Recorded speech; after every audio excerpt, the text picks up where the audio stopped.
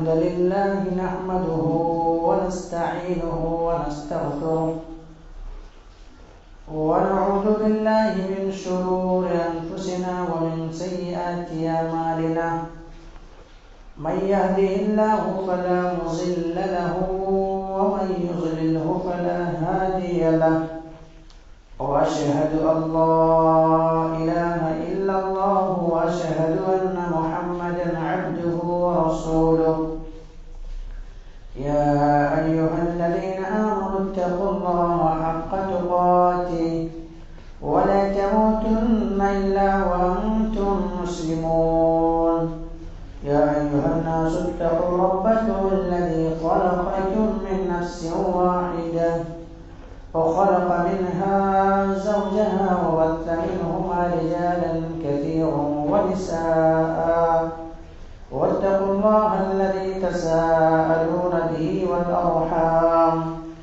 إن الله كان عليكم رقيبا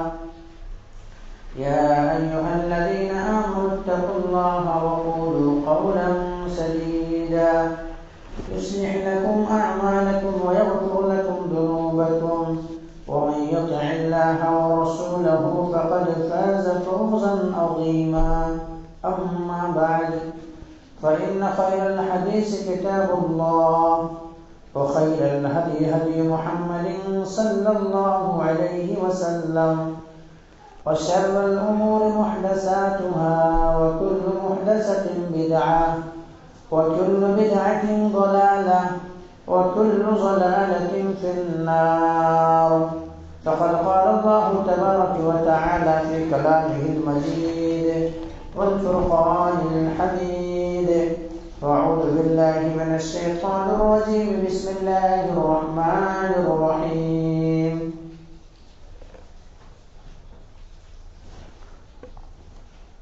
قل إن صلاتي ونسكي ومحياي ومماتي لله رب العالمين فقال الله عز وجل إنا أعطيناك الكوثر فصل لربك وانحر إن شانئك هو الأبتر قال رب اشرح لي صدري ويسر لي أمري واحلل عقدة من لساني يفقهوا قولي رب زدني علما رب زدني علما اللهم رب زدني علما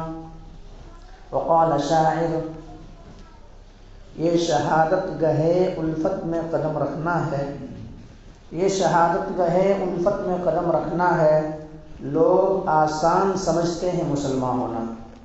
تمام تعریف حمد و ثنا کبریائی بڑائی اس وحدہ لا شریک خالق کائنات مالک ارض و سما کے لیے ہے جس نے ہم بنی و انسانوں کو اس روئے زمین کے اندر پیدا کیا اور پیدا کرنے کے بعد یوں ہی بلا چوچو چرا بھٹکتا ہوا راہ پر نہیں چھوڑا بلکہ ہماری رہنمائی کے لیے ہماری رشد و ہدایت کی خاطر 1,24,000 انبیاء کرام کو اس روئے زمین کے اندر بھیجا اس روئے زمین کے اندر مبعوث کیا تمام کے تمام نبیوں کے اوپر درود ہو اور تمام کے تمام رسولوں کے اوپر بھی خصوصاً بالخصوص میرے آپ کا آقا جناب محمد رسول اللہ صلی اللہ علیہ وسلم پر اللہم صلی علی محمد وعلی آل محمد کما صلیت علی ابراہیم وعلی آل ابراہیم انک حمید مجید اللہم بارک علی محمد وعلی آل محمد کما بارکت علی ابراہیم وعلی آل ابراہیم انک حمید مجید محترم سامعین میں نے آپ حضرات کے سامنے قرآن مقدس کی دو جگہوں سے آیت تلاوت کی ہے پہلی آیت جو آپ حضرات کے سامنے پڑھی گئی ہے وہ آیت سورہ انعام سے ہے اور اسی طرح سے دوسری سورت جو آپ حضرات کے سامنے پڑھی گئی ہے وہ سورہ کوثر کے نام سے جانے جاتے ہیں یعنی 30واں پارے کے اندر موجود ہے اس مناسبت سے آج میں بیان کروں گا آپ لوگوں کے سامنے شرائط قبولیت قربانی یعنی قربانی قبول ہونے کی شرائط کیا کیا ہے کیا کیا چیز ہمارے اعمال کے اندر پائے جائیں گے تب تو قربانی قابل قبول ہے ورنہ قابل قبول نہیں ہے تو وہ چیز آپ حضرات کے سامنے بیان کروں گا سب سے پہلے جانیں کہ یہ قربانی کیا ہے. جو انسان قربانی کرتا ہے، یہ قربانی کرنے کا مقصد کیا ہے، قربانی کیا ہے، کس لیے میں اور آپ قربانی کر رہے ہیں، تو یہ چیز دیکھیے. قربانی نبی جنا حضرت ابراہیم علیہ السلام، نبی جنا حضرت ابراہیم علیہ السلام کی سنت اور میرے اور آپ کا آقا جناب محمد رسول اللہ صلی اللہ علیہ وسلم کی سنت ہے. یعنی یہ دو انبیاء کرام کی سنت ہے. اللہ کے خلیل حضرت ابراہیم علیہ السلام کی سنت، دوسری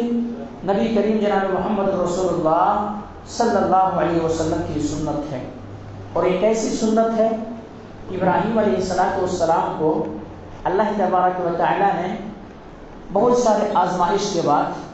پوری زندگی آزمائش میں کٹنے کے بعد، آخری امتحان جو ابراہیم علیہ السلام سے لیا وہ یہی کہ ابراہیم علیہ السلام کے فرزند عزیز حضرت اسماعیل علیہ السلام ابھی چلنے کو تحریض پہ ہے، چلنے ٹھیک باپ کے ہاتھ بٹانے کے قابل ہو گیا ہے. یعنی ابراہیم علیہ السلام کے فرزند عزیز جو ہے اسماعیل علیہ السلام ابھی 13 یا 15 سال کے تحریض پہ قدم رکھے ہیں، 13 یا 15 سال کی عمر ہو گئی. اب اس گھڑی میں ابراہیم علیہ السلام کی عمر بھی 100 کراس کر چکے ہیں. اب ایسے موقع پر اللہ تبارک و تعالیٰ نے خواب کے ذریعے سے ابراہیم علیہ السلام کو بتاتا ہے، خواب دکھلاتا ہے. اور یہ یاد رکھیں کہ انبیاء کرام کے خواب جو ہوتا ہے وہ سچا ہوتا ہے. انبیاء کرام جو خواب دیکھے وہ سچا اور درست ہوتا ہے. تو خواب کے اندر کیا دیکھتا ہے؟ فَلَمَّا بَلَغَ مَعَهُ السَّعْيَ قَالَ يَا بُنَيَّ إِنِّي أَرَىٰ فِي الْمَنَامِ أَنِّي أَذْبَحُكَ فَانظُرْ مَاذَا تَرَىٰ قَالَ يَا أَبَتِ افْعَلْ مَا تُؤْمَرُ قَالَ سَتَجِدُنِي إِن شَاءَ اللَّهُ مِنَ الصَّابِرِينَ. یعنی ابراہیم علیہ السلام خواب میں دیکھتے ہیں کہ میں اپنے فرزند عزیز اسماعیل علیہ السلام کو ذبح کر رہا ہوں اپنے ہاتھوں سے. اب ابراہیم علیہ السلام اپنے فرزند عزیز اسماعیل علیہ السلام کے پاس پہنچتے ہیں اور ایک مشورہ طے کرتے ہیں، مشورہ لیتے ہیں، رائے پوچھتے ہیں. فانظر ماذا ترى کہ اے اسماعیل، میں نے خواب کے اندر دیکھا ہے کہ میں اپنے ہاتھوں سے تمہیں خود ذبح کر رہا ہوں، تمہاری رائے کیا ہے، تمہاری کیا رائے ہے، کیا مشورہ پیش کرتے ہو. تو وہ بھی پیغمبر اور حضرت ابراہیم علیہ السلام اپنے دعاؤں کے ذریعے سے مانگے تھے رب حب لی من الصالحین، تو وہ نیک اور بردبار اولاد تیار ہو جاتا ہے کہ قال یا ابت افعل ما تؤمر ستجدنی ان شاء اللہ من الصابرین. اے والد محترم، آپ کو اللہ کی جانب سے جو حکم ملا ہے آپ کر گزریے، آپ مجھے صابر پائیں گے، آپ مجھے صبر کرنے والوں میں سے پائیں گے. آخرکار باپ اور بیٹے دونوں تیار ہو گئے. ابراہیم علیہ السلام اور اسماعیل علیہ السلام تیار ہو گئے. کیا تیار ہو گئے؟ یعنی قربان ہونے کے لیے حضرت اسماعیل علیہ السلام تیار ہے اور قربان کرنے کے لیے حضرت ابراہیم علیہ السلام تیار ہے. تو وہی قربانی کی یادگار ہے، وہی قربانی میں اور آپ کرتے ہیں، وہی حضرت ابراہیم علیہ السلام کی سنت ہے. اللہ تبارک و تعالیٰ نے کہا کہ وہ فدیناہ بذبح عظیم. حضرت ابراہیم علیہ السلام نے اپنے بیٹے حضرت اسماعیل علیہ السلام کو لٹا دیے اور دونوں مطیع ہو گئے، دونوں فرمانبردار ہو گئے، دونوں اللہ رب العالمین کے حکم کے تابع ہو گئے. جب لٹا دیے وہاں پر اللہ تبارک و تعالیٰ نے حکم، اللہ تبارک و تعالیٰ کی جانب سے ندا آئی، آواز آئی، وَنَادَيْنَاهُ أَن يَا إِبْرَاهِيمُ قَدْ صَدَّقْتَ الرُّؤْيَا إِنَّا كَذَلِكَ نَجْزِي الْمُحْسِنِينَ. اے ابراہیم، تم نے اپنے خواب کو پورا کر دکھایا ہے. تمہارے خواب جو تھی، جو امتحانات تھے، وہ اس کے اندر تم پورے اتر گئے ہو، اور ایسا ہے کہ تم اپنے خواب کو مکمل اور پورا کر دکھایا. وَفَدَيْنَاهُ بِذِبْحٍ عَظِيمٍ. اور اللہ تبارک و تعالیٰ نے وہی اسماعیل علیہ السلام کی جگہ پر اللہ تبارک و تعالیٰ نے ایک دمبا بھیجا. اب وہی دمبا حضرت ابراہیم علیہ السلام نے اپنے ہاتھوں سے قربان کیے. اپنے ہاتھوں سے قربان کیے، تو یہی چیز باقی رکھا اللہ تبارک و تعالیٰ نے، وَتَرَكْنَا عَلَيْهِ فِي الْآخَرِينَ، اور اللہ تبارک و تعالیٰ نے کہا کہ ہم نے اس کو تمام امتوں کے لیے باقی رکھا، ترک رکھا کہ تمام آنے والی امت یہ قربانی کرے۔ تو یہ ابراہیم علیہ السلام اپنے لخت جگر، اپنے نور نظر، اور وہ ایک لوتا بیٹے، اور اسی طرح سے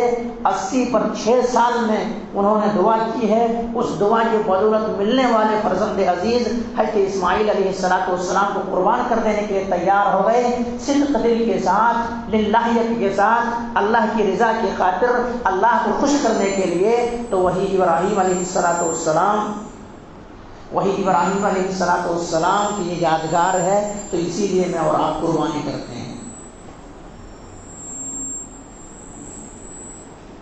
اسی لیے میں اور آپ یہ قربانی کرتے ہیں، تو یہی وہ سنت ابراہیم علیہ السلام کی ہے۔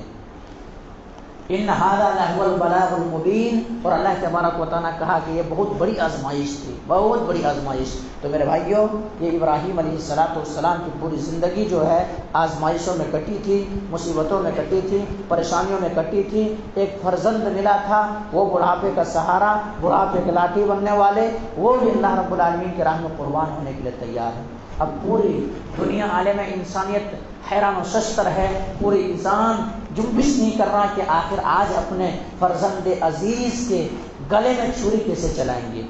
چھری کیسے چلائیں گے وہ۔ لیکن یہ اللہ رب العالمین کا حکم ہوتا ہے، اور شیاطین بہکانے کی بھی کوشش کرتا ہے، شیطان بہکانے کی بھی کوشش کرتا ہے، ورگلانے کی کوشش کرتا ہے، اس کام سے روک دینے کی بھی کوشش کرتا ہے۔ جیسا کہ آج بھی اگر کوئی انسان نیک کام کرنا شروع کرے، اچھے کام کرنے کے تعلق سے سوچے، تو شیطان آڑا آتا ہے، اور شیطان آڑا آنے کے بعد اس کو اس کام سے روکنے کی کوشش کرتا ہے، کسی طرح سے ورگلا دینے کی کوشش کرتا ہے۔ ورنہ دیکھیے، انسان جو ہے جب جمعہ کے خطبات سنتے ہیں، تقریر وغیرہ ان کے سامنے بیان کی جاتی ہے، احادیث مبارکہ سنتے ہیں، تو ان کے ذہن و دماغ کے اندر ایک خلبلی پیدا ہو جاتی ہے، اور وہ انسان چاہتا ہے کہ میں بھی اللہ کی بندگی کروں، میں بھی اللہ کی عبادت کروں، میں بھی مسجدوں کو آباد کروں، میرے دل کے اندر بھی یہ تڑپ ہے کہ میں بھی جنت کے اندر داخل ہو جاؤں، میں بھی جہنم کی آگ سے بچ جاؤں اور اچھے اچھے اعمال کرنے لگوں۔ لیکن جو ہی مساجد سے وہ نکلتا ہے، مسجد کے دروازے سے باہر قدم رکھتا ہے، اس انسان کے ذہن و دماغ کے اندر دنیا آ جاتی ہے، اور رکاوٹ بن جاتی ہے، نیکی کے کام نہیں کر پاتے ہیں۔ لیکن وہ ابراہیم علیہ السلام تھے، ابراہیم علیہ السلام کو بھی ورگلانے کی کوشش کیے، روکنے کی کوشش کیے، شیاطین بھینس بدل بدل کر کے آئے، لیکن ابراہیم علیہ السلام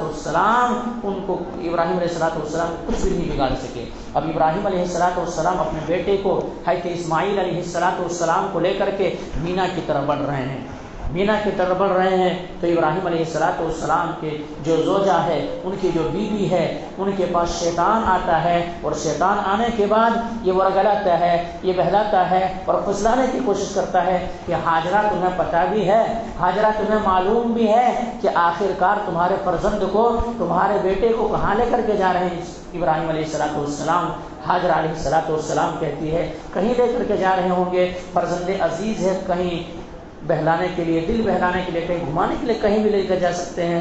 وہ شیطان نے کہا کہ وہ نہیں، بلکہ تمہارے فرزند عزیز، تمہارے ایک لوتے بیٹا، تمہارے وہ بڑھاپے کے سہارا، وہ اسماعیل کو ذبح کرنے کے لیے لے کر کے جا رہے ہیں۔ اللہ اکبر۔ وہاں پہ ہاجرہ نے کہا کہ کیا تمہیں اس بات کا بھی پتہ بھی ہے، کیا کوئی باپ اپنے بیٹے کی گردن میں چھری چلائے گا؟ کیا کوئی باپ اپنے بیٹے کو ذبح کرے گا؟ تو وہ کیا کہے، وہ شیطان کہتا ہے نہیں، بات یہ نہیں، بلکہ یہ اللہ کی جانب سے حکم ملا ہے، اللہ نے حکم دیا ہے، اس لیے ایسا کرنے کے لیے ابراہیم علیہ السلام اور اسماعیل علیہ السلام تیار ہو گئے ہیں۔ آخر کار یہ سننا ہی تھا۔ حضرت ہاجرہ علیہ السلام کہتی ہیں جب اللہ کا حکم ہے تب کوئی مسئلہ نہیں ہے، تب فرزند عزیز اللہ کی راہ میں قربان ہو جائے، تو یہ ہم سے اس سے بڑھ کر کے اور خوشی کی بات کیا ہو سکتی ہے۔ اور وہاں پر دھتکارتی ہے، وہاں پہ مارتی ہے، اور کنکریاں پھینکتی ہے شیطان کے اوپر۔ تو آج بھی جو حجاج کرام وہاں مینا میں پہنچتے ہیں، جب تک کہ وہ حج کے دوران وہ کنکریاں نہ مار لے، ان کی حج مکمل نہیں ہوگی، ان کی حج پورے نہیں ہوں گے۔ پھر اسی طرح سے اب حضرت ابراہیم علیہ السلام کے پاس بہکانے کے لیے جاتے ہیں، بہکانے کی کوشش کرتے ہیں، ورگلانے کی کوشش کرتے ہیں، اور وہ قربانی سے روک دینے کی کوشش کرتے ہیں کہ ابراہیم کیا تمہارے یہ بڑھاپے کے لاٹھی، تمہارے یہ بڑھاپے کا سہارا، یہ لخت جگر دعاؤں کے ذریعے سے مانگے ہوئے فرزند عزیز کو تم اللہ کے راہ میں قربان کرنے کے لیے جا رہے ہو؟ ابراہیم علیہ السلام بھی وہاں ورگلاتے ہیں اور کنکریاں مارتے ہیں انہیں، وہاں بھی ورگلاتے ہیں اور وہاں بھی دھتکار دیا جاتا ہے۔ اب آخر کار حضرت اسماعیل علیہ السلام کے پاس پہنچتے ہیں، اسماعیل علیہ السلام کو ورگلانے کی کوشش کرتے ہیں، ابراہیم علیہ السلام نے کنکری مار دی، حاجرہ علیہ السلام نے کنکری مار دی۔ اب یہاں پر اسماعیل علیہ السلام نے بھی شیطان کو دھتکارا اور کہا کہ ایسا نہیں ہو سکتا، ہٹ جاؤ، ہمارے سامنے سے دور ہو جاؤ۔ آخر کار یہی تو ابراہیم علیہ السلام نے اپنے فرزند عزیز کو آخر کار جا کر کے وہاں پر لٹا دیے مینا کے اندر، اور دونوں جا کر کے تیار ہو گئے، مطیع ہو گئے، اور اس کے بعد چھری پھیر رہے تھے۔ اللہ رب العالمین کے حکم سے اللہ رب العالمین کو حکم آ گیا، اللہ رب العالمین کی جانب سے اعلان آ گیا کہ قد صدقت الرؤیا انا كذلك نجزي المحسنین، اے ابراہیم تم نے اپنے خواب کو سچا کر دکھایا ہے، وفدیناہ بذبح عظیم، اور اسی طرح سے ہم کیا کرتے ہیں، نیکوکاروں کو اسی طرح سے بدلہ دیتے ہیں۔ تو یہ قربانی ہے میرے بھائی، یہ قربانی۔ اب کیا انسان کو ہر انسان کو یہ قربانی کرنا ہے؟ کیا تمام لوگوں کو یہ قربانی کرنا ہے؟ تو میرے بھائیو جی، جن کے ہر گھر کے جانب سے ایک قربانی ضرور کرنا ہے، ہر گھر کے جانب سے ایک قربانی ضرور کرنا ہے۔ جن کے پاس استطاعت ہے، جن کے پاس طاقت ہے، وہ انسان ہر گھر کے جانب سے ایک قربانی ضرور کرے، ورنہ اللہ کے نبی جناب محمد رسول اللہ صلی اللہ علیہ وسلم نے بہت بڑی وعید سنائی ہے، بہت بڑی وعید سنائی ہے اور بہت بڑی دھمکی سنائی ایسے لوگوں کے لیے جن کے پاس طاقت ہے، استطاعت ہے، بینک بیلنس ہے، پیسہ ہے، سب کچھ ہے، لیکن وہ کوتاہی کر رہا ہے اور قربانی کرنے سے پیچھے ہٹ رہا ہے۔ قربانی ان کے ذہن و دماغ کے اندر قربانی کی کوئی فضیلت نہیں معلوم ہے، قربانی کس لیے کیا جاتا ہے وہ نہیں معلوم ہے، اور وہ صرف یہ سمجھ کر قربانی نہیں کرتا ہے کہ رمضان کیسے جو قربانی میں گوشت تو ہمارے گھر آ ہی جاتا ہے، قربانی کر کے کیا کریں گے؟ صرف گوشت خوری کے لیے اگر ایسا کرتا ہے، قربانی کو ترک کرتا ہے، تو اللہ کے رسول نے فرمایا ہے فلا یقربن مصلانا، وہ ہماری عیدگاہ کے قریب نہ آئے۔ جن کے پاس طاقت ہے، جن کے پاس استطاعت ہے، جن کو اللہ نے دولت سے نوازا ہے، صاحب مال ہے، اللہ تبارک و تعالیٰ قلاش نہیں بنایا ہے، فقیر نہیں بنایا ہے، مال سے نوازا ہے، تو ایسے انسان کو کسی بھی صورت میں کیا ہے؟ قربانی کرنا ہے۔ یہ قربانی میرے اور آپ کے نبی جناب محمد رسول اللہ صلی اللہ علیہ وسلم کی سنت ہے، اسی طرح سے ابراہیم علیہ السلام کی یہ یادگار ہے، اسی لیے ہمیں اور آپ کو یہ قربانی جن کے پاس استطاعت ہے ان کو کرنا چاہیے۔ اب کیسے؟ ایک انسان ہے، ان کا انکم اتنا زیادہ نہیں ہے، پیسہ اتنا زیادہ نہیں ہے کہ وہ ایک بکرا نہیں خرید سکتا، بکرا کیونکہ مہنگا ہو گیا ہے، بکرا مہنگا ہو گیا، 10,000 20,000، ابھی منڈی میں جائے تو 20,000 سے کم کے بکرا ہی نہیں ہے، اب ان کی کمائی بہت کم ہے، ایسا استطاعت نہیں ہے، تو اسلام نے کیا رکھا ہے؟ ایک فراوانی اور ایک مسئلہ یہ رکھا ہے کہ جن کے پاس استطاعت نہیں ہے، طاقت نہیں ہے، وہ چلو نہیں لے سکتا، ایک بکرا خرید نہیں سکتا ہے، چلو ایک حصہ تو ڈال سکتا ہے، ایک حصہ تو ڈال سکتا ہے، ایک حصہ اگر لگایا جائے تو کم از کم ایک انسان 2,000 3,000 4,000 تک بھی لگائے تو ایک گائے کے اندر یا ایک بیل کے اندر جو ہے اگر 7 آدمی بھی شامل ہو جاتا ہے، 7 گھر والا بھی شامل ہو جاتا ہے تو ان کے جانے سے قربانی ہو جائے گی۔ لیکن کوئی انسان کیا کرتا ہے؟ قربانی کرنا ہی نہیں چاہتا ہے، تو پھر ان کے لیے کیا ہے؟ اللہ کے رسول نے فرمایا کہ وہ ہماری عیدگاہ کے قریب نہ آئے۔ کتنے بڑی وعید ہے! اس لیے میرے بھائیوں، ہمیں اور آپ کو اس کے اوپر غور و فکر کرنا چاہیے، ہمیں اور آپ کو سوچنا چاہیے، اور ہمیں اور آپ کو اس پر غور و فکر کرنا چاہیے کہ قربانی ہماری ہر سال ایک ہی بار آتا ہے، ہمیں اور آپ کو کیا کرنا چاہیے؟ اس کے بارے میں سوچنا چاہیے۔ قربانی اگر استطاعت ہے، طاقت ہے تو دینا چاہیے قربانی، طاقت ہے دینا چاہیے قربانی، کیونکہ اللہ کے رسول نے جناب محمد کریم صلی اللہ علیہ وسلم 10 سال تک مدینے کے اندر رہے، آپ صلی اللہ علیہ وسلم نے کبھی ایک سال بھی قربانی کو نہیں چھوڑا، 10 سال تک مسلسل قربانی کرتے رہے۔ اور اسی طرح سے نبی اکرم جناب محمد رسول اللہ صلی اللہ علیہ وسلم جب حجۃ الوداع کے موقع پر پہنچے تو وہاں پر نبی اکرم جناب محمد رسول اللہ صلی اللہ علیہ وسلم نے آخری سال جو حجۃ الوداع کا سال تھا 100 اونٹ کی قربانی کی،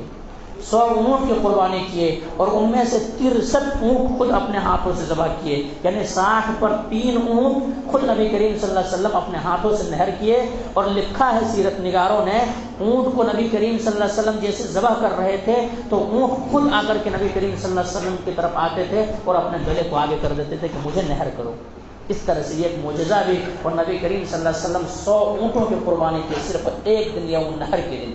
100 اونٹوں کی قربانی کی۔ اور یہاں پر لکھا ہے سیرت نگاروں نے اور فلسفہ نگاروں نے کہ نبی کریم صلی اللہ علیہ وسلم جو ہیں 63 یعنی 60 پر 3 جو اونٹ اپنے ہاتھوں سے قربان کیے، یہ اس لیے کیے کیونکہ نبی کریم صلی اللہ علیہ وسلم کی عمر مبارک جو تھی، عمر مبارک 60 پر 3 سال تھی، 60 پر 3 سال تھے، تو پورے ایسا گویا کہ یہ سمجھ لیجئے کہ نبی کریم صلی اللہ علیہ وسلم پوری زندگی کیا کیے؟ قربانی کیے۔ تو میرے بھائیوں، جن کے پاس استطاعت ہے، طاقت ہے، انہیں قربانی کرنا چاہیے۔ اور میں بتاؤں آپ کو، ایک مثال دوں، گوشت کھانے کی باری آتی ہے، گوشت کھانے کی باری آتی ہے، الحمدللہ ہمارے گاؤں کے اندر ایسا ہوتا ہے کہ لوگ گائے لے کر کے آتے ہیں، بیل لے کر کے آتے ہیں، اس میں حصہ ڈال دیتے ہیں، تو وہاں گوشت کھانے کی جب باری آئی تو ایک انسان 1000 روپے 1500 روپے لگانے کے لیے تیار ہو جاتا ہے۔ 1000 روپے 1500 روپے آسانی کے ساتھ جیب سے نکل جاتی ہے۔ 1000 روپے 1500 روپے اگر مہینے میں 2 بار بھی بیل لا کر کے حصہ اگر لگایا جائے تو دینے کے لیے انسان تیار ہو جاتا ہے۔ مہینے میں کتنا پیسہ چلا جاتا ہے، لیکن یہی جب قربانی کی باری آتی ہے پھر جیب کی طرف دیکھتا ہے کہ پیسہ نہیں ہے، پھر کہتا ہے کہ پیسہ نہیں ہے۔ تو میرے بھائیوں، اصل وجہ کیا ہے کہ قربانی انسان کیوں نہیں کر رہا ہے؟ اس لیے نہیں کر رہا کیونکہ اسے پتہ نہیں ہے، اسے معلوم نہیں ہے کہ ان کی اہمیت کیا ہے، ان کی فضیلت کیا ہے۔ ورنہ ایک انسان اگر قربانی کرنا چاہے تو آسانی کے ساتھ، اور میں ایک آرام نسخہ بتاتا ہوں کہ اگر ایک انسان ڈیلی 20 روپے اپنے کمائی میں سے نکال دے، زیادہ نہیں، ڈیلی کا 20 روپے، ڈیلی کا 20 روپے اگر نکال دے، قربانی کے بعد ایک ڈبہ تیار کر لے اور اس کو ایسا تیار کر کے رکھے، یہ قربانی کا میں کیا پیسہ جمع کر رہا ہوں، ہر روز اپنے کمائی میں سے 20 روپے ڈیلی نکال دے، تو سال بھر میں کتنے ہو جائیں گے؟ سال بھر میں 7200 روپے ہو جائیں گے۔ آرام سے ایک انسان قربانی نہیں کرنے والا انسان بھی قربانی کر سکتا ہے، لیکن یہی ہے کہ ہمارے سینوں کے اندر اللہ کا خوف نہیں، ہمارے سینوں کے اندر اللہ کا ڈر نہیں، ہمیں اور آپ کو قربانی کی اہمیت معلوم نہیں ہے، اسی لیے میں اور آپ قربانی نہیں کر رہے ہیں۔ ورنہ قربانی جن کے پاس استطاعت ہے انہیں تو نہیں چھوڑنا چاہیے، کیونکہ اللہ کے نبی جناب محمد کریم صلی اللہ علیہ وسلم نے فرمایا ہر گھر کی جانب سے ایک قربانی ضرور ہونا چاہیے، ہر گھر کی جانب سے ایک قربانی ضرور ہونا چاہیے۔ تو ابھی بھی جو بھائی قربانی کرنے کا ارادہ ترک کر دیے ہیں، اب یہ حدیث سن لینے کے بعد، اب یہ بیانات سن لینے کے بعد ہمارے آپ کے اندر تبدیلیاں آنی چاہیے، اور ہمارے پاس اگر استطاعت ہے، طاقت ہے، تو ہمیں اور آپ کو قربانی کرنی چاہیے، کیونکہ اللہ کے نبی جناب محمد کریم صلی اللہ علیہ وسلم نے فرمایا فلا یقربن مصلانا، جو انسان طاقت رکھتا ہے، ہمت جن کے پاس ہے، استطاعت ہے، توانائی ہے، صاحب مال ہے، صاحب ثروت والے لوگ ہیں، پیسے ہیں ان کے پاس، اگر قربانی نہیں کرتا ہے وہ انسان کیا ہے، ہماری عیدگاہ کے قریب نہ آئے۔ اس لیے انسان کو غور و فکر کرنا چاہیے اور قربانی کرنا چاہیے۔ اور بڑا انسان کیا ہے، قربانی بڑا کیوں نہیں کر سکتا ہے؟ تمام چیزوں کی طاقت ہے انسان کے پاس۔ ایک انسان موبائل دیکھ لیجئے، ان کے ہاتھوں کے اندر موبائل جو ہے 10,000 20,000 کے موبائل ہے، لیکن جب قربانی کی باری آتی ہے تو انسان کیا ہے، بہکا، وہاں شیطان ورگلا رہا ہے، شیطان بہکا رہا ہے کہ قربانی کر کے کیا کرو گے، اس لیے یہ کام نہیں ہو پا رہا۔ اگر واقعی معنوں میں، حقیقی معنوں میں ہم اور آپ شیطان کو اسی طرح سے دھتکاریں گے جیسا کہ حضرت ابراہیم علیہ السلام دھتکارا تھا، اور اپنے سوچ پر قربان کریں گے اور اس کے بعد قربانی کرنے کی کوشش کریں گے، تو قربانی ہم اور آپ کر سکتے ہیں، ہم اور آپ کر سکتے ہیں۔ تو یہ چیز ہے۔ اب آئیے میرے بھائیوں، یہ قربانی جو ہے، قربانی کس دن کرنا افضل ہے؟ قربانی جو ہے یوم النحر کے دن، یعنی 10 ذی الحجہ کے دن کرنا افضل ہے۔ 10 ذی الحجہ کے دن قربانی کرنا افضل ہے، کیونکہ نبی کریم صلی اللہ علیہ وسلم 100 اونٹ جو قربان کیے تھے وہ کیا ہے، 100 اونٹ یوم النحر کے دن پورے ایک ہی دن ذبح کر دیے تھے یوم النحر کے دن۔ تو زیادہ افضل یہی ہے، زیادہ بہتر یہی ہے کہ یوم النحر یعنی 10 ذی الحجہ کے دن خون بہایا جائے، 10 ذی الحجہ کے دن قربانی کیا جائے، یہ افضل ہے۔ لیکن ان کے علاوہ اگر چلو 10 ذی الحجہ کے کسی کے پاس انتظام نہیں ہو سکا، 11 کو بھی کر سکتا ہے، 12 کو بھی کر سکتا ہے، اور 13 کو بھی کر سکتا ہے۔ 13 کو کب تک کر سکتا ہے؟ یعنی مغرب سے پہلے 4 بجے تک کر سکتا ہے۔ 13 ذی الحجہ کی جو ہی اگر مغرب ہو گیا تو وہاں سے 14 شروع ہو جاتا ہے، کیونکہ عربی کیلنڈر کے حساب سے مغرب کے بعد ہی تاریخ بدل جاتی ہے، اس لیے کیا ہے، یوم النحر یعنی 10 ذی الحجہ کے دن کرنا زیادہ افضل ہے۔ اس کے بعد 3 دن ایام تشریق بھی بچا ہوا ہے، 11 12 13، یہ 3 دن تک انسان کر سکتا ہے۔ پورے کل ملا کر کے قربانی کے دن جو ہیں، قربانی کے ایام جو ہیں وہ 4 دن ہیں، وہ 4 دن ہے۔ اگر کسی اللہ تبارک و تعالیٰ نے 4 دن رکھا، اس کے اندر بھی بڑی حکمت ہے۔ ایک انسان پہلے دن کیا کرتا ہے، دوڑ دھوپ کرتا ہے، مال نہیں مل سکتا ہے، یا ان کے پاس اس وقت پیسے نہیں تھا، تو انسان کیا کرتا ہے، چلو دوسرے دن کر لے گا، دوسرے دن نہیں تو تیسرے دن کر لے گا، تیسرے دن نہیں تو چوتھے دن کر لے گا۔ تو ایسا جب انسان کرے گا تو کیا ہے، ان کے لیے ایک آفر رکھا گیا ہے، اور اسی طرح سے ان کے لیے ایک وقت رکھا گیا ہے تاکہ وہ انسان قربانی کرے، قربانی سے دور نہ ہو۔ کیونکہ صحابہ کرام رضی اللہ عنہ نے سفر میں بھی قربانی کی ہے، سفر میں بھی۔ سفر میں سوچ سکتے ہیں انسان کہ ہم تو سفر میں ہیں، اپنے گھر سے باہر ہیں، ہم کیسے قربانی کریں گے، لیکن سفر میں نبی کریم صلی اللہ علیہ وسلم، صحابہ کرام نبی کریم سے شیدائی سفر میں بھی قربانی کیے۔ کیسے؟ سفر میں کر رہے تھے، قربانی کا مہینہ آ گیا، نبی کریم صلی اللہ علیہ وسلم نے تمام صحابہ کرام کو قربانی کرنے کا حکم دیا، اور ایسا کہا کہ قربانی ابھی تو جانور ہمارے پاس کم ہیں، اس لیے ایسا کیا جائے کہ گائے جو ہے اس گائے میں 7 آدمی شامل ہو جایا جائے، اسی طرح سے اونٹ جن کے پاس ہے اونٹ میں 10 آدمی شامل ہو جایا جائے اور قربانی کیا جائے، قربانی کیا جائے۔ یوں ہی نہیں بلکہ قربانی کی اتنا اہمیت ہے، اللہ کے نبی جناب محمد رسول اللہ صلی اللہ علیہ وسلم کے ایک صحابی کیا کہ قربانی کو نماز عید سے پہلے، نماز عید الاضحیٰ سے پہلے قربان کر دیے، تو نبی کریم صلی اللہ علیہ وسلم نے کہا تل کا شاۃ لحم، کہ ہے یہ تو تمہارے لیے بکری کا گوشت ہے، خالی تمہارے لیے کھانے کے گوشت ہے، تم نے قربانی سے پہلے ہی کیوں ذبح کر دیا؟ انہوں نے کہا اللہ کے نبی جناب محمد کریم صلی اللہ علیہ وسلم، میری یہ خواہش تھی، میری یہ تمنا تھی کہ میں جو قربان کروں، میں جو قربانی کروں اس کا گوشت کیا ہے سب سے پہلے لوگوں غریبوں تک میں پہنچاؤں، میری یہ خواہش ہے۔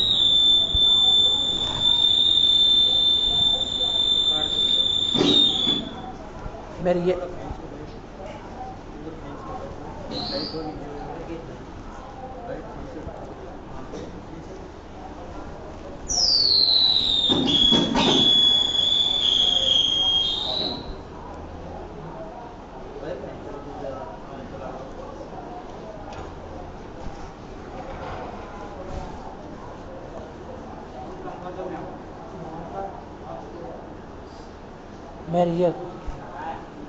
میری یہ خواہش، میری یہ تمنا ہے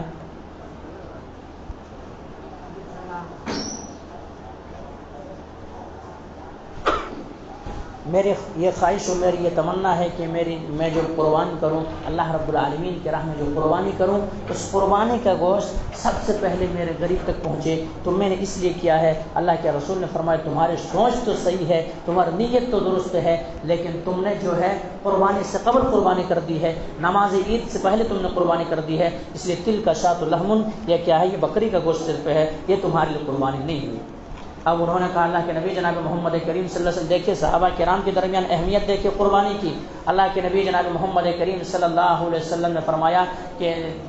وہ صحابی کرام کہتے اللہ کے نبی میرے پاس ایک بچہ ہے، دودھ دینے والی بکری ہے، کہ میں اس کو قربان کر دوں؟ اللہ کے رسول جناب محمد کریم صلی اللہ علیہ وسلم نے فرمایا کہ نہیں، پھر چھوڑ دو، ویسے ایسا کرو کہ تم کیا کرو، عید الاضحیٰ کے دن ایسا کرنا کہ بال اور ناخن وغیرہ کاٹ لینا، اس سے تمہیں قربانی کے ثواب مل جائیں گے۔ تو اسلام میں دیکھیے، اسلام میں جو ہے رکھا ہے، یعنی غریب کے لیے بھی قربانی ہے اور امیر کے لیے بھی قربانی ہے۔ کیا رکھا؟ جن کے پاس طاقت ہے، استطاعت ہے، گھر کی جانب سے ایک قربانی کرے،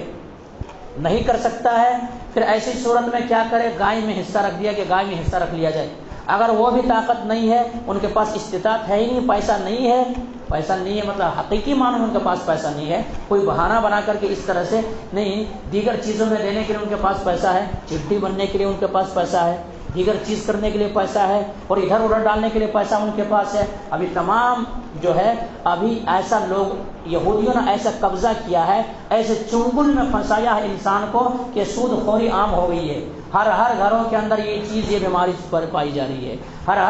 گھروں کے اندر یہ بیماری پائی جا رہی ہے۔ وہ کہہ رہے ہیں کہ اس میں اگر 5000 لگاؤں تو اس سے پہلے تو 5000 ہم چٹھی میں ڈال دیں گے۔ اگر یہ بہانہ بنا کر کے قربانی نہیں کر رہا ہے تو اس کا تو کوئی بدل نہیں ہے، لیکن حقیقی معنوں میں، واقعی معنوں میں جن کے پاس استطاعت نہیں ہے، طاقت نہیں ہے، اگر وہ انسان کیا کرتا ہے، یہ ذی الحجہ کے چاند دیکھ لینے کے بعد اپنے بال و ناخن نہیں کاٹتا ہے، اور یوم النحر کے دن اگر 10 ذی الحجہ کے دن اگر اپنے بال و ناخن کاٹ لیتا ہے تو ان کو قربانی کے ثواب مل جائیں گے۔ لیکن میں نے کیا کہا، بہانہ جو بناتا ہے تو بہانے پہ نہیں چلے گی۔ اگر حقیقی معنوں میں ایسا وہ انسان ہے تب تو اسے قربانی کے ثواب مل جائے گی، لیکن ان کے پاس استطاعت ہے اور نہیں کرتا ہے تب تو وہ انسان کیا ہے، اللہ کے رسول نے وعید سنا ہی دیا ہے کہ وہ ہمارے مصلی کے قریب نہ آئے، تاکہ انسان پھر بھی قربانی کرے، اس لیے یہ سنا دیا اللہ کے نبی جناب محمد کریم صلی اللہ علیہ وسلم۔ اور قربانی کا حکم قرآن کے اندر موجود ہے، قرآن کے اندر اللہ تبارک و تعالیٰ نے فرمایا فَصَلِّ لِرَبِّكَ وَانْحَرْ، آپ اپنے رب کے لیے کیا کیجئے، قربانی کیجئے، نماز پڑھیے اور قربانی کیجئے اپنے رب کے لیے، فَصَلِّ لِرَبِّكَ وَانْحَرْ، نماز پڑھیے اور قربانی کیجئے۔ یہ قرآن سے دلیل ہے۔ یہاں سے علماء کرام نے لکھا ہے کہ قربانی انسان کے پاس، جن کے پاس استطاعت ہے ان کو کرنا ضروری ہے، ان کو ضروری ہے۔ اسی طرح سے اللہ تبارک و تعالیٰ نے دوسرے مقام پہ فرمایا ہے قل ان صلاتی، اے نبی آپ اعلان کر دیجئے، آپ کہہ دیجئے کہ قل ان صلاتی، میری نماز، و نسکی، میری قربانی، و محیایا، میرا جینا، و مماتی للہ رب العالمین، اور میرا مرنا سب کچھ اللہ رب العالمین کے لیے ہے۔ جو اللہ نے عطا کیا، یہ دولت جو دیا اللہ ہی نے دیا ہے۔ اگر اللہ رب العالمین موت دے گا یہ بھی اللہ رب العالمین کی جانب سے ہوگی۔ میرا حکم کسی پہ نہیں چلتا ہے، میں اللہ کا غلام ہوں، اللہ کے سامنے عاجز ہوں، انکسار ہوں، اللہ کے سامنے میرا کچھ بھی نہیں چل سکتا۔ اگر اللہ نے مجھے عطا کیا ہے تو اللہ رب العالمین کی عطا کو قربان کر رہا ہوں، اللہ رب العالمین کی راہ میں لٹا رہا ہوں۔ تو یہ کہہ دیجئے قل ان صلاتی و نسکی و محیای و مماتی للہ رب العالمین۔ تو ان آیتوں سے پتہ چلتا ہے کہ قربانی کرنا ایک انسان کے لیے ضروری ہے، اگر استطاعت ہے تب، اگر استطاعت نہیں ہے تب تو کوئی مسئلہ نہیں ہے۔ اگر وہ انسان صرف ذی الحجہ یوم النحر کے دن بال و ناخن کاٹ لیتا ہے تو ان کو قربانی کے ثواب مل جائیں گے، قربانی کے ثواب مل جائیں گے۔ اسی طرح سے میرے بھائیوں، قربانی جو ہے، قربانی کی قبولیت کے لیے کیا کیا شرائط ہے؟ قربانی کی قبولیت کے لیے سب سے پہلی جو شرط ہے میرے بھائی، میں اور آپ جو قربانی کر رہے ہیں اس کے اندر ریا نہ ہو، نمود نہ ہو، دکھلاوا نہ ہو کہ میں قربانی کر رہا ہوں، میرے گاؤں والے کہیں گے فلاں شخص نے قربانی کی ہے، یا فلاں شخص سے ایسا کہیں گے، میری تعریفیں کریں گے، یہ نہ ہو۔ بلکہ قربانی جو میں اور آپ کر رہے ہوں اس کا مقصد صرف یہ ہو کہ اللہ راضی ہو جائے، اللہ خوش ہو جائے، مخلصین لہ الدین، اخلاص کے ساتھ، للہیت کے ساتھ، اللہ کی رضا کی خاطر قربانی کی جائے، تب قربانی قابل قبول نہیں ہے۔ اگر ریا و نمود کی خاطر اگر کوئی قربانی کرتا ہے تب ان کی قربانی قابل قبول نہیں ہے، کیونکہ اللہ تبارک و تعالی نے فرمایا ہے لن ینال اللہ لحومها ولا دماؤها ولکن ینالہ التقوی منکم۔ اللہ تبارک و تعالی کے وہاں پر نہ تو تمہارے قربانی کا گوشت پہنچتا ہے نہ خون پہنچتا ہے، ولکن ینالہ التقوی منکم، جو اللہ رب العالمین کے بارگاہ میں جو پہنچتا ہے وہ تقوی پہنچتا ہے، للہیت پہنچتا ہے، اللہ کا خوف پہنچتا ہے، اللہ کا ڈر پہنچتا ہے۔ تم نے اللہ کی خوشنودی کے لیے یہ کام کیا یا نہیں، اللہ کی رضا کے لیے کام کیا ہے یا نہیں، اللہ کو خوش کرنے کے لیے، نبی کریم صلی اللہ علیہ وسلم سنت کو زندہ کرنے کے لیے، نبینا حضرت ابراہیم علیہ السلام کی سنت کو زندہ کرنے کے لیے تم نے یہ قربانی کی ہے یا دکھلاوے کے لیے کی ہے؟ اگر دکھلاوا مقصود ہو، تقوی ہمارے دلوں کے اندر نہیں ہے، ڈر اللہ کے نہیں ہے، خوف اللہ کا نہیں ہے، اگر ہم اور آپ قربانی کر رہے ہیں تو قربانی قابل قبول نہیں ہے۔ اس کی دلیل کیا ہے؟ یہ قربانی آج سے نہیں ہے، قربانی یہ آج سے نہیں، جب سے دنیا بنی ہے اسی وقت سے قربانی چل رہا ہے۔ جب سے آسمان و زمین کی تخلیق ہوئی ہے، جب سے اس دنیا کے اندر انسان بسے ہیں، اسی وقت سے قربانی کا یہ ماحول چل رہا ہے۔ مثلا حضرت آدم علیہ السلام، حضرت آدم علیہ السلام کے دو فرزند تھے، دو بیٹے تھے، ایک کا نام حابیل تھا، ایک کا نام قابل تھا۔ قرآن مقدس کے اندر ان واقعات کو ریکارڈ کیا ہے اور محفوظ کیا ہے تاکہ آنے والے نسل ان کو سنے اور آنے والے نسل ان کو جانے، اور جاننے کے بعد انہیں بھی سمجھ میں آئے کہ یہ قربانی حقیقی ہے، یہ قربانی حقیقی ہے۔ تو آدم علیہ السلام کے دو بیٹے حضرت حابیل اور قابل، ان دونوں کے درمیان قربانی کا مسئلہ آیا۔ قربانی کا مسئلہ کیا ہوا؟ پہلے دور میں جو پیدا ہوتے تھے، آدم علیہ السلام کی ذریت سے جو اولاد پیدا ہوتی تھی تو جڑوا پیدا ہوتے تھے، جڑوا یعنی ایک مرد اور ایک لیڈی، ایک لڑکی ایک لڑکا پیدا ہوتا تھا۔ اس سال کے لڑکے اور لڑکی کے ساتھ جو پہلے پیدا ہوئے ہیں ان کے لڑکی کے ساتھ یہ لڑکے کو اور یہ لڑکی وہ لڑکے کے ساتھ اس لڑکی کو شادی کیا جاتا تھا، یعنی اس سال جو پیدا ہو اور اگلے سال جو پیدا ہوں گے ان میں سے تھوڑا اس کے جوڑی کو اس کے ساتھ، اس کے جوڑی کو اس کے ساتھ نکاح کر دیا جاتا تھا، شادی کر دیا جاتا تھا۔ اب ہوا یہ کہ جو قابیل کے ساتھ جو بچی پیدا ہوئی، بچی لڑکی پیدا ہوئی، بڑی حسین و جمیل، بہت خوبصورت پیدا ہوئی، اور جو ہے حابیل کے ساتھ ذرا جو پیدا ہوئی لڑکی وہ حسین و جمیل نہیں، وہ ذرا خوبصورت نہیں۔ اب یہ قابیل نے کہا کہ ہم اپنے ساتھ جو ہمارے ساتھ پیدا ہوئی ہے اسی سے میں شادی کروں گا، اسی سے میں شادی کروں گا، میں بھلا کیوں تو خوبصورت ہے، میں خوبصورت ہے، خوبرو ہے، میں اسی سے شادی کروں گا۔ اور آج بھی انسان مر مٹتا ہے ان چیزوں کے لیے۔ تو انسان کہا تھا، آدم علیہ السلام نے کہا کہ دونوں اللہ کی راہ میں قربانی پیش کرو، جن کی قربانی قبول ہو گئی سمجھ لو انہی کے ساتھ ان کا نکاح کر دیا جائے گا۔ اب ان میں سے حابیل نے ایک اچھا خاصا کیا کیے، دمبا ذبح کر دیے، اور قابیل جو تھا انہوں نے کوئی گلا وغیرہ ذبح دیا، اللہ رب العالمین کی راہ میں قربانی کیے۔ اور پہلے ایسا تھا کہ جب کوئی چیز قبول ہو جاتی تو فوراً پتہ چلتا کہ یہ قبول ہو گئی، اوپر آسمان سے آگ آتی، آگ آنے کے بعد وہ چیز کو کھا لیتے، جلا دیتی، بھسم کر دیتی، راکھ کر دیتی، تو پتہ چل جاتا کہ قربانی قبول ہو گئی ہے۔ اب ایسا ہوا کہ دونوں نے پہاڑی پہ رکھ دی، اب ایسا ہوا کہ حابیل کی قربانی قبول ہو گئی، حابیل کی قربانی قبول ہو گئی، قابیل کی قربانی قبول نہیں ہوئی۔ اب ایسے دونوں تیش میں آ کر کے قابیل نے حابیل کو قتل کر دیا۔ وہیں سے دنیا کے اندر جو یہ خون خرابہ جو ہو رہا ہے وہیں سے شروع ہوا ہے کہ حابیل نے کیا کیا، قابیل نے حابیل کو قتل کر دیا۔ اللہ نے بیان کیا، وَاتْلُ عَلَيْهِمْ نَبَأَ ابْنَيْ آدَمَ بِالْحَقِّ إِذْ قَرَّبَا قُرْبَانًا فَتُقُبِّلَ مِنْ أَحَدِهِمَا وَلَمْ يُتَقَبَّلْ مِنَ الْآخَرِ قَالَ لَأَقْتُلَنَّكَ قَالَ إِنَّمَا يَتَقَبَّلُ اللَّهُ مِنَ الْمُتَّقِينَ۔ ایسا ہے کہ ان لوگوں کے واقعات سنا دو، پورے مکمل کھڑے اور سچائی کے ساتھ سنا دو کہ حابیل اور قابیل نے قربانی کی تھی، ان میں سے حابیل کی قربانی قبول ہوئی اور قابیل کی قربانی قبول نہیں ہوئی۔ تو ریزن جب پوچھا گیا، سوال جو کیا گیا، تو حابیل نے یہی کہا کہ انما یتقبل اللہ من المتقین، اللہ کس کی عبادت کو قبول کرتا ہے، متقیوں کو کرتا ہے۔ اللہ کا خوف جن کے سینوں کے اندر ہوتا ہے، اللہ کا ڈر جن کے سینوں کے اندر ہوتا ہے، اللہ سے جو ڈرتا ہے، خوف خدا جن کے دل کے اندر ہوتا ہے، انہی کی قربانی قبول ہوتی ہے۔ اور جن کے دل کے اندر خوف خدا نہیں ہے، اللہ کا ڈر نہیں ہے، اللہ کا خوف نہیں ہے، بلکہ بس ایک رسمی طور پر قربانی کر رہا ہے، ان کے قابل قبول نہیں ہے، ان کے قابل قبول نہیں ہے۔ پھر قبول ہوئی۔ اب دیش میں آ کر کے ایسا ہوا کہ حابیل کو قتل کر دیا قابیل نے، حابیل کو قتل کر دیا قابیل نے، تو وہاں سے یہ قربانی کا سلسلہ چلا آ رہا ہے، یہاں سے قربانی سلسلہ جا رہا ہے۔ تو جب سے دنیا بنی ہے اس وقت سے قربانی کا سلسلہ ہے۔ ہندوؤں میں بھی قربانی کا کیا ہے، قربانی کا رواج ہے، بلیدان کے طور پر بلیدان چڑھاتے ہیں وہ لوگ۔ اگر کسی چیز کو خوش کرنا ہے، کسی بت کو خوش کرنا ہے، بتوں کے سامنے جا کر کے بلیدان جا کر کے وہاں پر بھی بکرے ذبح کرتا ہے۔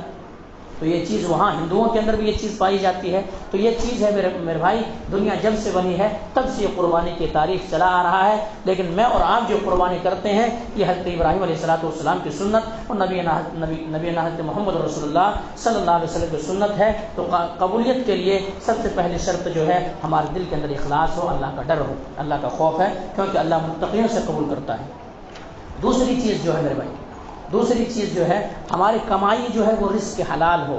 رزق حلال، اس کو دھوکہ دے کر کے، اس کو ٹوپی پہنا کر کے، جھوٹ بول کر کے، کسی کا مال غصب کر کے، کسی کا جائیداد ہڑپ کر کے، اس طرح سے اگر آپ قربانی کریں گے تو وہ بھی قابل قبول نہیں ہے، کیونکہ رزق حلال اللہ تبارک و تعالیٰ نے انبیاء کرام ہی کو حکم دیا ہے، یا ایھا الرسل کلوا من الطیبات واعملوا صالحا انہ بما تعملون علیم، کہ انبیاء کرام کی جماعت، اے رسولوں کی جماعت، اے نبیوں کی جماعت، تم اچھے اعمال کرو، نیک اعمال کرو، کیا کر کے، پاکیزہ چیز کھا کر کے، پوتر چیز کھا کر کے، حلال رزق کھا کر کے، اس کے بعد نیک عمل کرو تو قابل قبول ہے۔ ان اللہ خبیر بما تعملون، اللہ تبارک و تعالیٰ جانتا ہے کہ کیا چیز ہے، کیا صحیح اور کیا غلط ہے، اللہ کے علم میں ہے۔ تو سب سے پہلی چیز جو ہے، میں اور آپ جو قربانی کر رہے ہیں، ہمارا آپ کے ذہن و دماغ کے اندر یہ پیدا ہو، خیال پیدا ہو کہ ہم اللہ کی رضامندی کے لیے کر رہے ہیں۔ دوسری چیز جو ہے، میں اور آپ جو قربانی کر رہے ہوں، ہمیں اور ہمارے اور آپ کے ذہن و دماغ کے اندر یہ ہے کہ اللہ تبارک و تعالیٰ ایسا ہے کہ رزق حلال ہے۔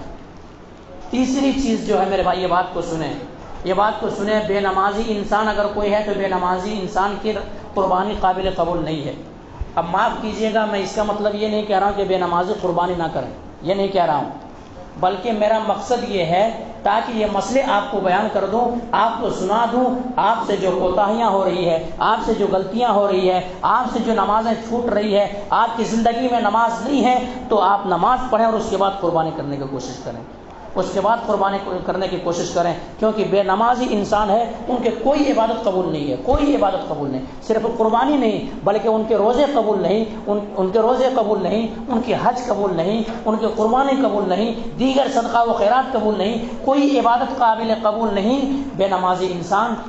کا۔ اس لیے کیا کریں میرے بھائی، جو بے نمازی ہیں سب سے پہلے تحیہ کریں، اللہ رب العالمین بارگاہ کی طرف پلٹ کر کے آ جائیں، نمازوں کی پابندی کریں، مساجدوں کو آباد کریں، کیونکہ نماز ایک ایسی شے ہے، نماز ایک ایسی چیز ہے، نماز انسان کے کسی بھی صورت میں معاف نہیں ہے۔ اس لیے نماز پہلے پڑھنے کی کوشش کریں، اس کے بعد قربانی کرنے کی کوشش کریں۔ اور آج تک جو نمازیں چھوٹ گئی تھی، آج سے جو ہم مسجدوں سے دور تھے، آج سے ہماری زندگی میں جو نمازیں نہیں تھیں، ہم اور آپ تحیہ کریں اور ٹھانے کہ اللہ تبارک و اتنی بڑی وعید ہے کہ میں قربانی کر رہا ہوں، پیسہ ہزاروں ہزار خرچ کر رہا ہوں، میں روزہ رکھ رہا ہوں، بھوک و پیاس کو برداشت کر رہا ہوں، میں لاکھوں لاکھ خرچ کر کے حج کر رہا ہوں، میری یہ تمام عبادتیں جب قابل قبول ہی نہیں ہے، بھلا میں نماز کیوں چھوڑوں؟ میں نماز کا اہتمام کروں گا، نماز پڑھوں گا۔ اور ابھی بھی میرے بھائی آپ دیکھیں، میں یہ بات کیوں کہہ رہا ہوں، مکے کے اندر عرفات کے میدان آج لوگ حاجی پہنچ چکے ہیں، عرفات کے اندر آپ دیکھیں لائیو ٹیلی کاسٹ چل رہا ہے، آپ دیکھیں وہاں پر پوری تقریر کے اندر الصلاۃ خالی نماز کے تعلق سے دعوت دی جاتی ہے، خالی نماز ہی کی صدا گونجتی ہے کہ صلاۃ نماز، کیوں معلوم ہے ایک انسان کو اللہ ورگلایا ہے شیطان کے چنگل سے نکل کر کے یہ حج کے لیے آیا ہے، اب یہ انسان ایسا ہی پلٹے گا، ایسا ہی لوٹے گا جیسا کہ اس کے ماں باپ نے، اس کے ماں نے اس کو جنا تھا، ایسا پاک و شفاف ہو کے لوٹے گا۔ اب اس کو اگر برقرار رکھنا ہے، اس کو اگر وہی تقویٰ باقی رکھنا ہے، وہی نیکی باقی رکھنا ہے، وہی اعمال باقی رکھنا ہے، تو ان کو نماز کو ضائع نہیں کرنا پڑے گا، نماز پڑھنا پڑے گا۔ اس لیے وہاں پر بھی جو گونجتی ہے زیادہ آوازیں جو گونجتی ہے الصلاۃ نمازی کے تعلق سے، قرآن کے اندر اللہ نے حکم دیا ہے، قرآن کے اندر 80 پر 2 مرتبہ اللہ نے نماز کے تعلق سے ذکر کیا ہے۔ نبی کریم صلی اللہ علیہ وسلم دنیا چھوڑ رہے ہیں، دنیا سے رخصت ہو رہے ہیں، نبی کریم صلی اللہ علیہ وسلم کے جسم کے اندر وہ طاقت نہیں ہے، وہ توانائی نہیں ہے، وہ قوت نہیں ہے، نبی کریم صلی اللہ علیہ وسلم اپنے جسم اطہر کو اپنے جسم میں نہیں دیکھ پا رہے ہیں، لیکن نبی کریم صلی اللہ علیہ وسلم کو فکر ہے، الصلاۃ کے لوگوں نے نماز ادا کر لیا ہے، الصلاۃ کے لوگوں نے نماز پڑھ لیا ہے۔ نبی کریم صلی اللہ علیہ وسلم کو گسی طاری ہو رہی ہے، بے ہوشی طاری ہو رہے ہیں، زمین بوش ہو رہے ہیں، زمین پہ گر رہے ہیں، ہوش آنے کے بعد پھر وضو کرتے ہیں، پھر مسجد نبوی کی طرف پڑھنے کی کوشش کرتے ہیں، پھر گسی طاری ہو کے پھر زمین پہ گر جاتے ہیں۔ نبی کریم صلی اللہ علیہ وسلم کی زبان اطہر سے ایک ہی ندا آتی ہے، ایک ہی آواز آتی ہے، الصلاۃ کیا لوگوں نماز پڑھ لیا ہے، الصلاۃ کیا لوگوں نماز ادا کر لیا ہے۔ اور راوی حدیث بیان کرتے ہیں کہ نبی کریم صلی اللہ علیہ وسلم کے سینے اطہر پہ میں نے کان لگا کے سنا، نبی کریم صلی اللہ علیہ وسلم کے سینے اطہر سے بھی یہی آواز آ رہی تھی، الصلاۃ وما ملکت ایمانکم، الصلاۃ وما ملکت ایمانکم، کیا کرنا، اللہ نے جو اللہ کا جو حق ہے، یہ معراج کا جو تحفہ ہے، نبی کو جو یہ تحفہ معراج کے اندر بلا کر کے دیے گئے، حج جو فرض کی گئی زمین کے اندر فرض کیا گیا، روزہ جو فرض کیا گیا یہ زمین کے اندر فرض کیا گیا، دیگر عبادتیں جو فرض کیا گیا زمین کے اندر فرض کیا گیا، لیکن نماز جب دینے کی باری آئی تو اللہ تبارک و تعالیٰ نے مجھے آسمانوں میں بلایا اور تحفے کی شکل میں، گفٹ کی شکل میں نماز کی دولت مجھے عطا کی، نماز سے تحفہ مجھے ادا کی۔ اس لیے نماز کو ضائع مت کرنا، نماز کو برباد مت کرنا، نماز کو مت چھوڑنا۔ نبی کریم صلی اللہ علیہ وسلم کے پاؤں میں اطہر کام نہیں کر رہا ہے، حضرت فضل بن عباس اور حضرت علی رضی اللہ تعالیٰ عنہ کے وہاں کیا ہے کندھے پہ ٹیک لگا کر کے نبی کریم صلی اللہ علیہ وسلم مسجد نبوی کی طرف بڑھنے کی کوشش کر رہے ہیں، نہیں طاقت ہے، لیکن ان کے باوجود بھی نبی کریم صلی اللہ علیہ وسلم کو نماز کی فکر ہے، نبی کریم صلی اللہ علیہ وسلم اپنے امت کی فکر کر رہے ہیں کہ ہماری امت کہیں نماز کو ضائع نہ کر دے، کہیں نماز کو نہ چھوڑ دے۔ اس لیے میرے بھائیوں، میں خطبہ سے یہ پیغام دینا چاہوں گا، آپ کا میں ہمدرد ہوں، آپ کا میں ساتھی ہوں، آپ کا میں دوست ہوں، آپ کا آخرت بنانا چاہتا ہوں، آپ کی آخرت سدھرے، آپ کی آخرت بن جائے، ورنہ یہ دنیا کی زندگی کی کوئی حقیقت نہیں ہے، یہ دنیا کی زندگی کے اللہ رب العالمین کی نظر میں ایک مچھر کے پر کے برابر حقیقت نہیں رکھتی، جس کے پیچھے میں اور آپ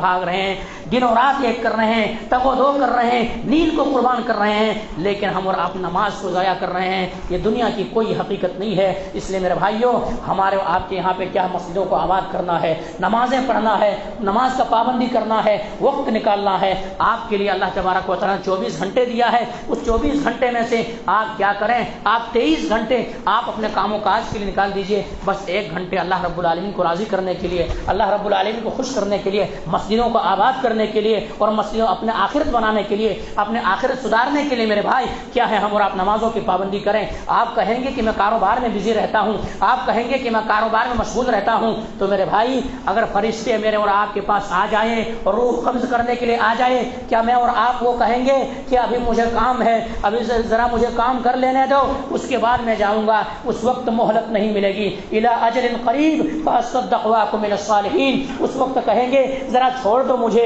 میں سب اللہ کے راہ میں قربان کر دیتا، سب اللہ رب العالمین کے راہ میں صدقہ کر دیتا، لیکن اس وقت ہمیں اور آپ کو مہلت نہیں دی جائے گی۔ اس لیے میرے بھائیوں، میرے عزیزوں، میرے دوستوں، ہمیں اور آپ کو نماز کا پابندی کرنا ہے، نماز کو کسی بھی حالت میں نہیں چھوڑنا ہے۔ میں جب دیکھا آ کر کے یہاں پہ مصلیوں کی حالت، تو میرے بھائی مجھے افسوس ہوا۔ یہ فضائل والے مہینے چل رہے ہیں، فضائل والے مہینے جن کے تعلق سے اللہ تبارک و تعالیٰ نے قسم کھایا ہے، والفجر ولیال عشر، قسم ہے فجر کی اور ان 10 راتوں کی۔ اللہ تبارک و تعالیٰ قسم کھاتا ہے ان ایام میں کیے جانے والے عبادات میں سے کوئی عبادت اللہ رب العالمین کو محبوب نہیں ہے جو ان ایام کے اندر عبادتیں کی جاتی ہے، ان دنوں کے اندر عبادتیں کی جاتی ہے، اللہ کو بہت محبوب ہے۔ ان ایام میں بھی ہمارے آپ کی مسجدیں جب خالی ہے تو ہم اور آپ کیا قربانی کریں گے؟ ہم اور آپ کیا قربانی کریں گے؟ اس لیے میرے بھائیوں، ہمیں اور آپ کو قربانی کرنے سے قبل ہمیں اور آپ کو توبہ و طائف ہونا ہے، مسجدوں کو آباد کرنا ہے، نمازیں پڑھنا ہے، کیونکہ بے نمازی کے کوئی بھی عمل قابل قبول نہیں ہے،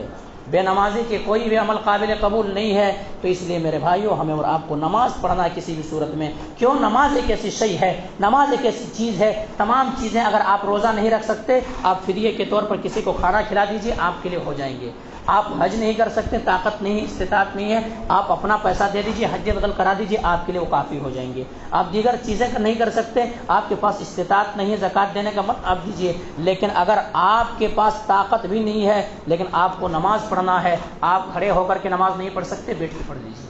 بیٹھ کے نہیں پڑھ سکتے لیٹ کے پڑھ لیجیے، لیٹ کے نہیں پڑھ سکتے اشارے سے پڑھ لیجیے، اشارے سے نہیں پڑھ سکتے پھر اشارے ہی پڑھ لیں، کیونکہ جب تک 7 سال کا بچہ جب ہو جائے اس وقت سے لے کر کے وَاعْبُدْ رَبَّكَ حَتَّىٰ يَأْتِيَكَ الْيَقِينُ، جب تک کہ وہ موت ان کو نہ آ جائے، یقین نہ ہو جائے، جب تک کہ دنیا کا رشتہ ٹوٹ نہ جائے، اس وقت تک ان کے لیے نماز معاف نہیں ہے۔ میرے لیے بھی معاف نہیں ہے، میرے لیے بھی معاف نہیں ہے، آپ کے لیے بھی معاف نہیں ہے، بادشاہوں کے لیے بھی معاف نہیں ہے، فقیروں کے لیے بھی معاف نہیں ہے، کلاشوں کے لیے بھی معاف نہیں ہے، کن کے لیے معاف نہیں ہے؟ نماز ہماری زندگی میں نہیں ہے، اس لیے ہمارے گھروں کے اندر برکت نہیں ہے، ہمارے کاروبار کے اندر وہ برکت نہیں ہے۔ نماز اپنے زندگی میں لائیں، اس کے بعد دیکھیں کہ کیا نماز کی برکت سے ہمارے کاروبار کے اندر کیسے برکت آئے گی، ہمارے گھروں کے اندر کیسے برکت آئیں گے، ہم اور آپ کتنے خوشحالی کے ساتھ زندگی گزاریں گے۔ لیکن ہمارا اور آپ کا سوچ یہی ہے، ہمارا اور آپ کو یہی تڑپ ہے کہ دنیا کسی طرح سے حاصل ہو جائے۔ میرے بھائی، یہ دنیا کی کوئی حقیقت نہیں ہے۔ تو میں بتا یہ رہا تھا، قبولیت قربانی میں سے، شرائط قبولیت قربانی میں سے سب سے پہلی چیز جو ہے میرے بھائی کیا ہے؟ ہمیں اور آپ کو تقوی، اللہ کا ڈر، اللہ کا خوف، لن ینال اللہ لحومها ولا دماؤها ولکن ینال التقوی منکم، کہ اللہ کا تقوی حاصل ہو۔ دوسری چیز جو ہے اس قربانی سے میں اور آپ جو ہے کہ دوسری چیز رزق حلال سے قربانی کریں۔ تیسری چیز جو ہے ہم اور آپ نماز کا پابندی کریں۔ اب یہ خطبہ سن لینے کے بعد ایسا نہیں کہ جب قربانی ہمارے قبول ہی نہیں آئے گی تو قربانی کر کے کیا فائدہ؟ میرے بھائی، ڈاکٹر کے پاس آپ جاتے ہیں تو آپ کو ڈاکٹر کیا دوائی بتاتا کہ یہ دوائی کھانے سے پہلے آپ کو اس سے پرہیز کرنا پڑے گا، آپ کو اس سے پرہیز کرنا پڑے گا۔ آپ کیا ڈاکٹر کے پاس چلے آتے ہیں؟ جب ڈاکٹر یہ چیز سے روک رہا ہے، اس سے میں نہیں رکوں گا تو پھر کیا ہوگا، میرے تو دوائی کام ہی نہیں کرے گا، چلو علاج ہی نہیں کراؤں گا، ایسا تو نہیں ہوتا ہے، نہیں ہوتا ہے۔ اس لیے اپنے اندر تبدیلی لائیں، اپنے اندر بدلاؤ لائیں۔ جب تک ہم بدلنے کی کوشش نہیں کریں گے تب تک ہمارے کیا ہے، اللہ بھی نہیں بدلے گا،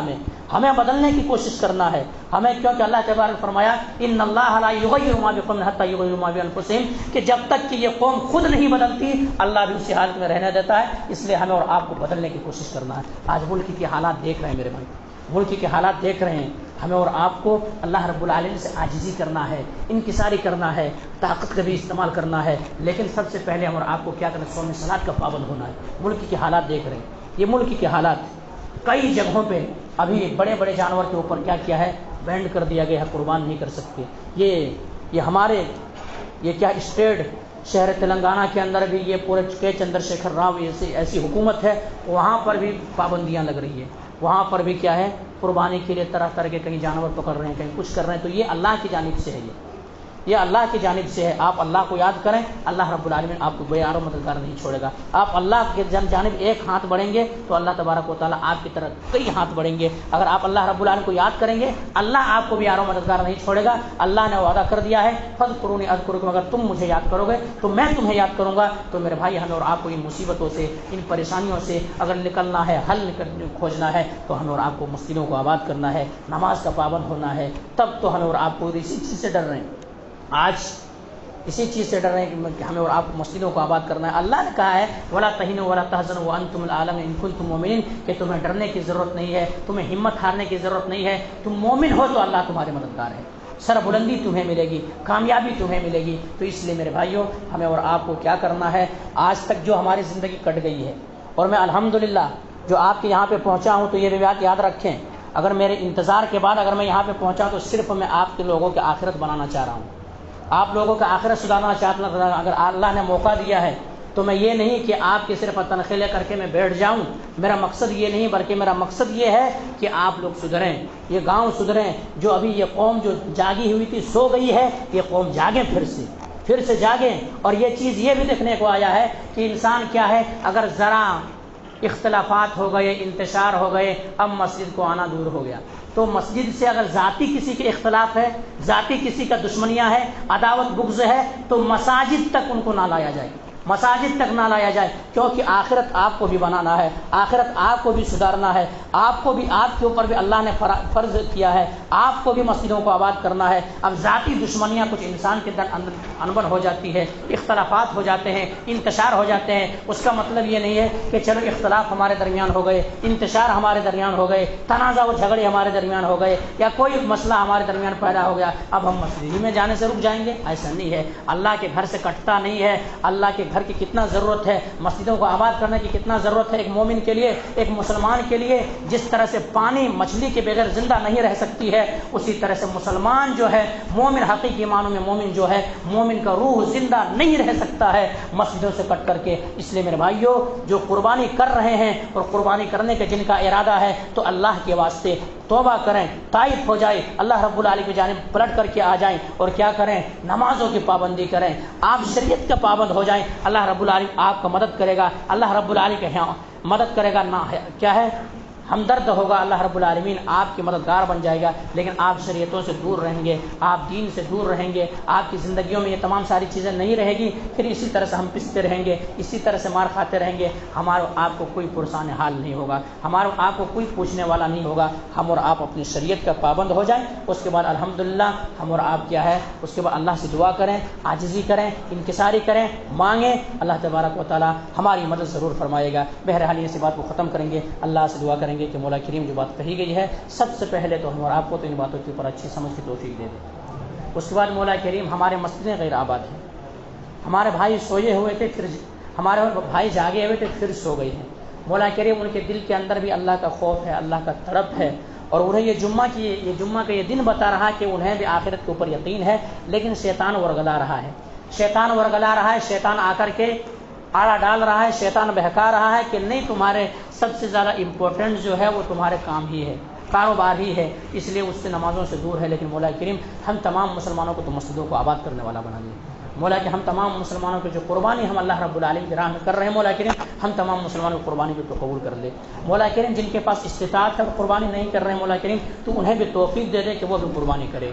مولا کریم ملک ہندوستان کی حالات ابھی ابتر سے ابتر ہوتی چلی جا رہی ہے. مولا کریم تو ملک ہندوستان کی حفاظت فرما, ہندوستان کے مسلمانوں کی حفاظت فرما, ہندوستان کی عزت و ناموس کے ساتھ جو کھلواڑ ہو رہے ہیں, مولا کریم تو اس کی عزت و ناموس کی حفاظت فرما. مولا کریم جو اس دنیا سے جا چکا ہے ان کی مغفرت فرما دے. مولا کریم جو قبر کے اندر مدفون, قبر کو جنت باغ بنا دے. مولا کریم جو بیمار ہمیں شفائے کامل عاجل عطا کر. مولا کریم جو اس دنیا سے مقروض ہے قرض کی ادائیگی میں آسانی پیدا کر دے. تقبل یا رب العالمین وقدامنا الحمدللہ رب العالمین سبحان اللہ وسلام والسلام والحمدللہ رب العالمین برحمتک یا ارحم الراحمین.